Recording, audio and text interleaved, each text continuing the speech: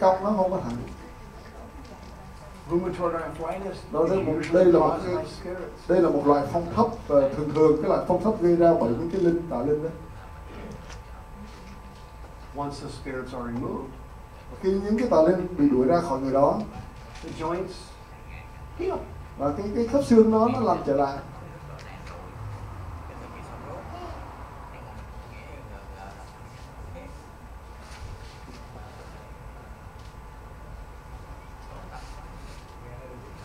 Jesus said that woman was bound by Satan. Và Chúa Giêsu đó nói rằng cái người đàn bà này đã bị trói buộc bởi Satan. It wasn't a medical condition. Đây không phải thuộc về vấn đề sức khỏe như thế. Praying for the problem cầu nguyện cho vấn đề wasn't going to work. Cầu nguyện cho cái vấn đề sức khỏe đó thì nó không hiệu nghiệm đâu. The woman needed cái người đàn bà này cần cái sự cầu nguyện giải cứu. In the New Testament, healing and deliverance were always together. Và trong cái sách Tân Ước dạy rằng cái sự chữa lành và cái sự giải cứu thì hai cái vấn đề này nó đi cùng chung với nhau. Luke chapter 9. Trong sách Luca đoạn 9. Instead of a desperate mother this time, thay vì cái người đàn bà đó và bà ta quá tuyệt vọng, we now have a desperate father. Bây giờ có một người cha tuyệt vọng. It works both ways. Và có hai vấn đề như vậy.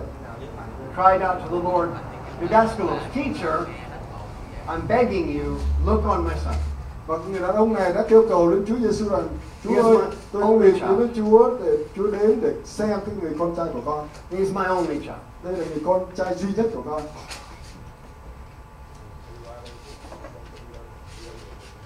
The father knew,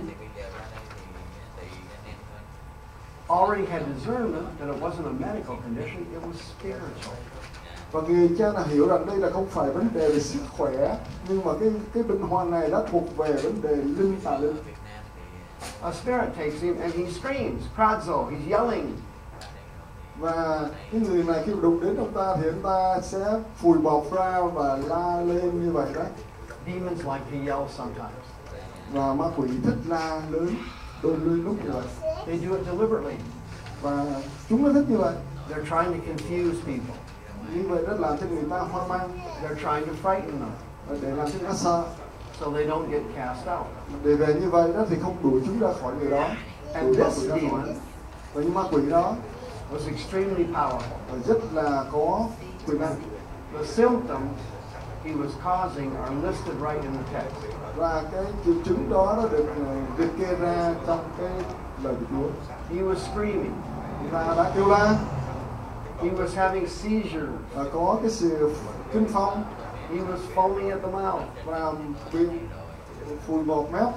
He was wounding and hurting himself. Và đau, tự làm cho mình đau thân thể mình. Have you ever seen somebody have a seizure? Và quý vị có thấy ai bị kinh phong chưa? Yes. They call them grand mal seizures, don't they? Đó là cái vấn đề không phải kinh phong. The big ones, grand mal. Vậy mà có nghĩa là kinh phong lớn đó, kinh phong mạnh. Yeah, and they flail around and they bruise themselves. Và họ làm đau họ. He had that. Ông ta đã có cái điều này. And it was chronic. The condition was chronic. It never departs from it. Và cái bệnh hoạn này rất là nghiêm trọng và đã không ra khỏi người đó. The spirit was controlling the boy. Và cái tà linh này đã kiềm chế cái đứa bé này. He was breaking his bones. Người ta đã tự đập bệnh cho xương, đập đau xương. He was grinding his teeth. Và cắn răng. He was wasting away. Malnourished. Tức là không ăn uống đủ chất bổ dưỡng và rất là dying. Đang chết. The boy was dying. Đứa bé này cũng giống như là sắp chết. He already took the boy to the other people at church. Và người cha đã dẫn cái đứa bé này tới cái hội thánh. If someone brings someone in here that needs to be healed, nếu mà có người mang một người đến đây để cần sự chữa lành, or delivered, hay là cần sự giải cứu, they're supposed to get healed and delivered here at this church. Nên những người này khi họ đến đây thì họ cần được sự chữa lành ngay tại đây. San Diego. Tại cái hội thánh Việt Nam ở trong vùng San Diego tại những cái nơi này. God's calling you Thì Chúa kêu gọi quý vị to help these people. để giúp đỡ những người này. They're heartbroken and they're sick. Và những người này tấm lòng họ tan vỡ và họ rất là bình hòa. And you're their only hope. Và quý vị là cái hy vọng duy nhất cho họ. And Jesus said the disciples could not cast out the demon. Và Chúa Giêsu nói rằng những người môn đồ Chúa đó không thể nào đuổi ra những cái chuyện này ra khỏi.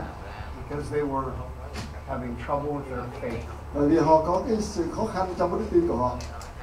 If you think too much about spiritual things, Nếu quý vị suy nghĩ quá nhiều về những cái điều về tâm linh, thinking too much, suy nghĩ nhiều quá, faith goes. thì khi mà suy nghĩ nhiều quá, cái đức tin nó bị giảm xuống đi. If you analyze it too much, Nếu quý vị phân tích, cứu xét nhiều quá, thì cái đức tin nó cũng đi xuống. Miracles are spiritual, not intellectual. Nhưng nên những phép lạ đó thuộc về linh, chứ không phải thuộc về cái suy nghĩ tâm trí, về cái sự hiểu biết. If you try to figure everything out, nothing will work. Nếu quý vị cố gắng bằng cái suy nghĩ để tìm hiểu những cái lý do thì nó không có hiệu quả đâu. He called them faith. Như vậy đó thì là không có đức tin. All over San Diego right now, Trong toàn vùng San Diego ngay trong giây phút này, there are tens of thousands of people in church có hàng chục ngàn người trong hội thánh who have no faith. không có đức tin. They're just going there for different reasons. Họ đến cái nhà thờ đó những cái lý do khác nhau, Socializing, để có sự liên hệ xã hội, appeasing their conscience, để cảm thấy mình vừa cái lương tâm của mình. other reasons. Có những lý do nào khác nữa, They're useless. không ích lợi gì hết. You are not to be useless. Quý vị không phải là người This is không có ích lợi. the Vietnamese church of San Diego. Đây hội thánh của người Việt Nam. Special place. Song San Diego đây là cái nơi đặc biệt. This is a special place. Đây là cái nơi đặc biệt. You're supposed to be special. Và quý vị cũng là người đặc biệt. You're supposed to help sick people. Quý vị cần phải giúp đỡ những người bệnh hoạn, You're supposed to heal broken hearts. giúp đỡ những người có tấm lòng tan vỡ. You're supposed to cast out demons and mental illness. Quý vị giúp đỡ để giúp mang sự giải cứu đến những người đó và giúp đỡ họ trong vấn đề mà họ bị tâm thần ngay tại cái địa điểm hội thánh tại đây. This church right here, I'll help you. Tôi giúp đỡ I'm offering you help. và tôi sẵn sàng giúp đỡ quý vị. When Jesus went up to cast out the spirit, Và khi Chúa Giêsu đã đến và đuổi quỷ the devil pitched a fit. và quỷ đó nó cũng chống lại Hypno, he collapsed on the ground. và đứa bé đó té xuống dưới đất. Galileo, he had a seizure and he was spinning around in the dirt. Và cái người đó bị kinh phong vậy đó thì quay vòng vòng dưới đất như vậy đó. Why was he doing it? Tại sao ta làm cái điều đó? Trying to stay in there. Và cuối cùng thì cái đứa bé đó đứng, Trying to cause confusion. nhưng vì ma quỷ nó muốn làm cái sự hoang mang, Trying to cause doubt. tạo sự nghi ngờ. You are to ignore the manifestation. Quý vị có muốn cho chúng ta để như vậy đó thì chúng nó là giống như đánh lạc hướng đó. And press through with your faith. Nên chúng ta cần phải vững vàng để tiến bước lên. The devil will try to confuse you. Và ma quỷ nó dĩ nhiên là chúng nó muốn làm cho quý vị hoang mang. No, you're not getting confused. Và No. nếu quý vị hiểu biết thì không